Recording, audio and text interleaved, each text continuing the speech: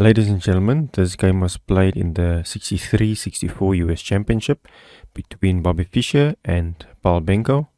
As you may know, Bobby won the tournament with a perfect 11 out of 11 score. So Bobby opens with e4, g6 from Benko, d4 from Bobby controlling central squares. We get bishop to g7 from Benko. Bobby develops with knight to c3, supporting the e4 pawn, d6, and we get f4. So sort of the Austrian attack against the Pirc setup. Benko develops knight to f6, hitting the e-pawn. Bobby develops knight to f3.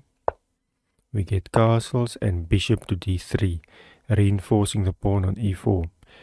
You'll see this bishop will be a monster later on in the game, as it's facing the king side, although it's currently staring at the pawn at the moment. Benko develops to g4, pinning the knight to the queen, but Bobby hits the bishop with h3 to determine what it wants to do.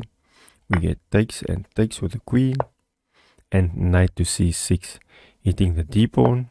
So Bobby supports the pawn with bishop to e3, and now we get a strike in the center from Benko with e5, which is nicely defended by the pawn and the knight. We get takes and takes, and now we get f5, attempting to chip away at black's kingside pawn structure. Benko takes, which was a mistake. The engine wanted knight to d4. Bobby captures with a queen, so starting to look a bit dangerous for black, with the pieces aiming towards black's kingside. Now we get knight to d4, hitting the queen. Bobby drops the queen back to f2. We get knight to e8, rerouting the knight. Bobby castles, also with a little battery on the f-file. And we get knight to d6 from Benko. Bobby repositioning the queen and pinning the bishop. The engine wanted rook a to d1 here. We get king to h8, tucking the king away and getting out of the queen's view on the g-file.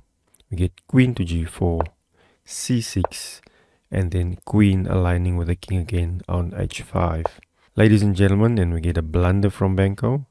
Here the engine wanted knight to e8, simply bringing more pieces to defend on the king side. But Bobby finds the best move and takes the knight to stop it from going back.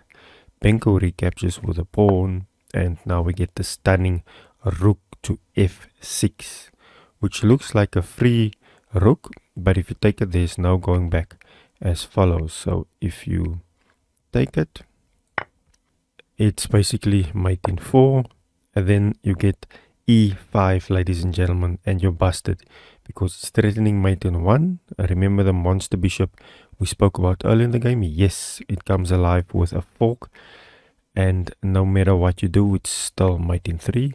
So let's say you take the pawn, then that's mate, so going back. So let's say you play something like knight to e4, get takes, and just simply delaying mate, you get takes and mate. So definitely do not take the rook. So going back. In the game we got king to b8, e5, still unleashing the bishop, threatening mate, and h6 to prevent mate, and already it's plus 9.3 on the bar for white. Bobby played knight to e2, bringing in another attacker, but ladies and gentlemen, Benko resigned in this position. Hope you enjoyed the video, and if you were wondering, the game could have continued as follows.